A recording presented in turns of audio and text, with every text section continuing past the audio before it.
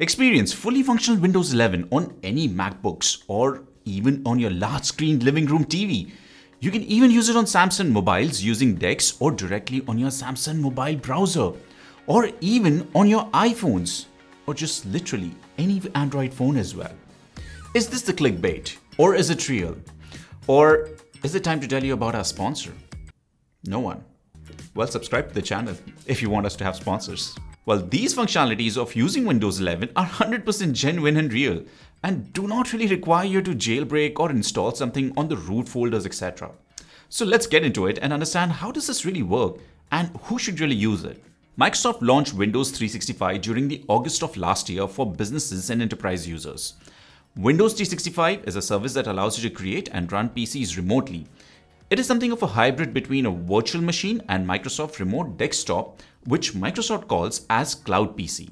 Essentially, with Windows 365, you can create a Windows PC on Microsoft servers and then connect to it from wherever you want. However, that PC is your PC. You can install apps on it and run them just like a regular PC.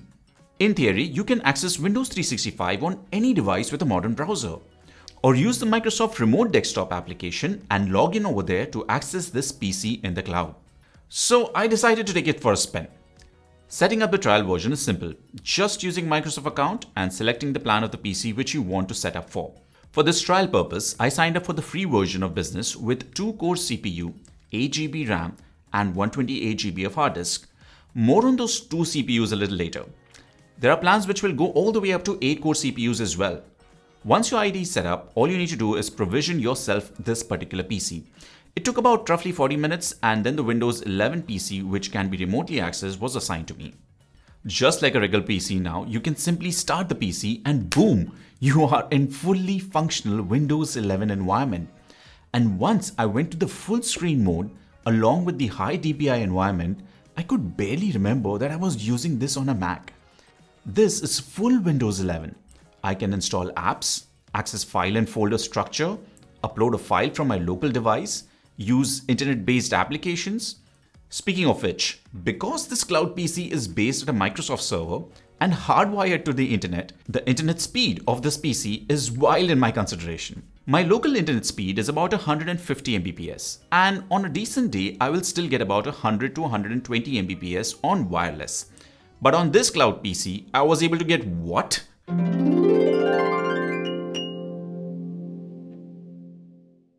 Well, life will never be the same again.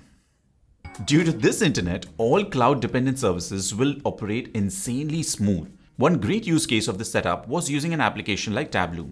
Large set of data syncing from the cloud can happen super fast. Irrespective of the speed which I have locally on my device or the type of device which I'm actually going to use to access it. For sure, anyone working with Power BI, Salesforce and other applications with Cloud Sync will benefit from this massive hardwired connection.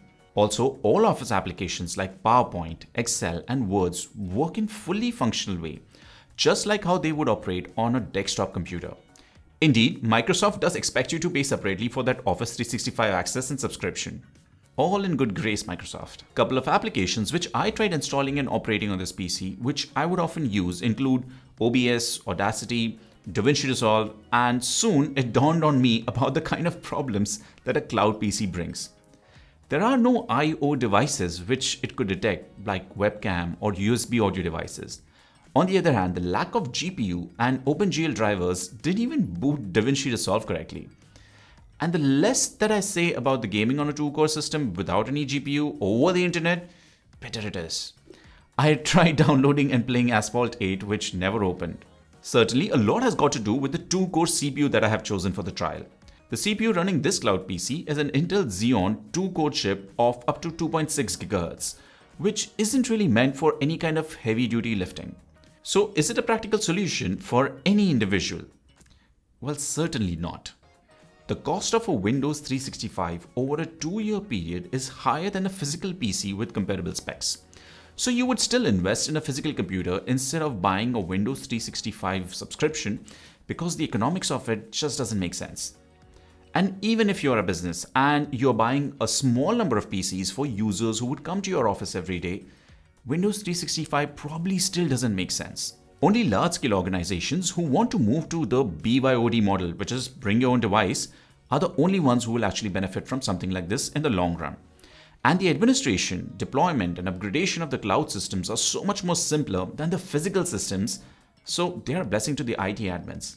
Another good use case could be actually for short-term project teams for 2 to 3 months time, where you want to give them access to your specific network, applications, maintaining administrative rights, and disabling those systems post the project is over, and not really sitting with a massive inventory of laptops or systems.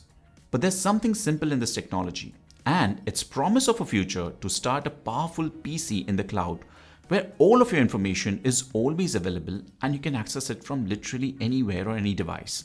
It could be a friend's device, it could be your office device, or even just with a mobile phone with basic internet connection.